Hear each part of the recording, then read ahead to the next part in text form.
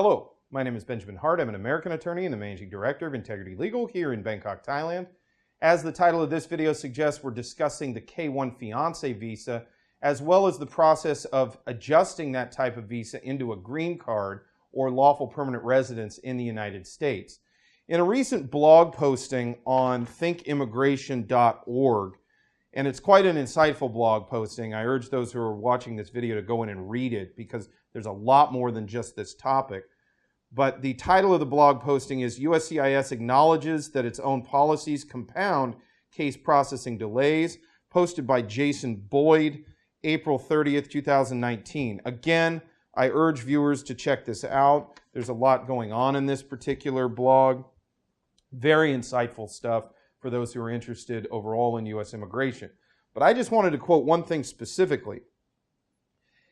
Quoting directly, as Ayla has emphasized, these sweeping in-person interview requirements are not only delay-inducing, they're unnecessary.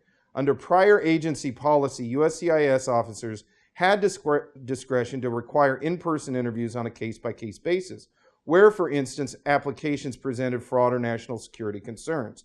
The current policy mandates interviews indiscriminately, sapping adjudicative resources that the agency could otherwise direct toward backlog reduction. Let me quote further and from previous in the article. This is critical. USCIS both expressly acknowledging that its policy changes have exacerbated processing delays and sharing data demonstrating exactly that. So a couple of things there. He goes in there to notice that USCIS has, for lack of a better term, sort of admitted that certain of their policies are actually causing processing delays. Now, that being said, it's not simply USCIS's function to move these cases through as fast as possible. In fact, they have an adjudicative function. They also have sort of a vetting function and a national security function in ascertaining whether or not somebody has an issue, as noted in the quotations I cited in this article, from this article, I should say.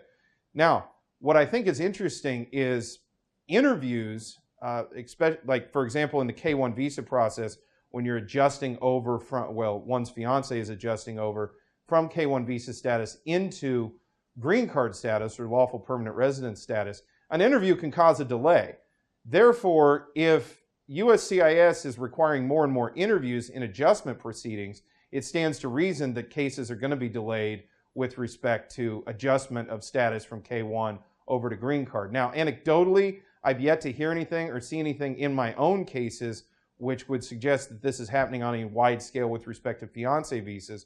But that's not to say that I represent, or my caseload represents, a particularly great sample, if you will, with respect to K-1 adjustments, because frankly, we're based over here in Bangkok, and although we do assist in those cases, oftentimes we're mostly dealing with cases processed out of Bangkok and Greater Southeast Asia. So the thing to take away from this video is just generally across the board, USCIS processing times are increasing, and their policies, whether obvious or sort of more covert, if you will, with respect to requiring interviews, could have an impact on delaying the processing of an overall case. So for that reason, it's probably a good idea to get cases filed early and often in order to get in the queue so as to process as fast as one can. Even if an interview is required, you got to go ahead and get on file in order to get going to that interview. So the thing to take away from this is twofold. I think, yes, there seems to be a trend with respect to delayed processing times. And I think it's safe to say that if increased interview requests are issued, it could have an impact on the processing of K-1 fiance visas over to full green card status.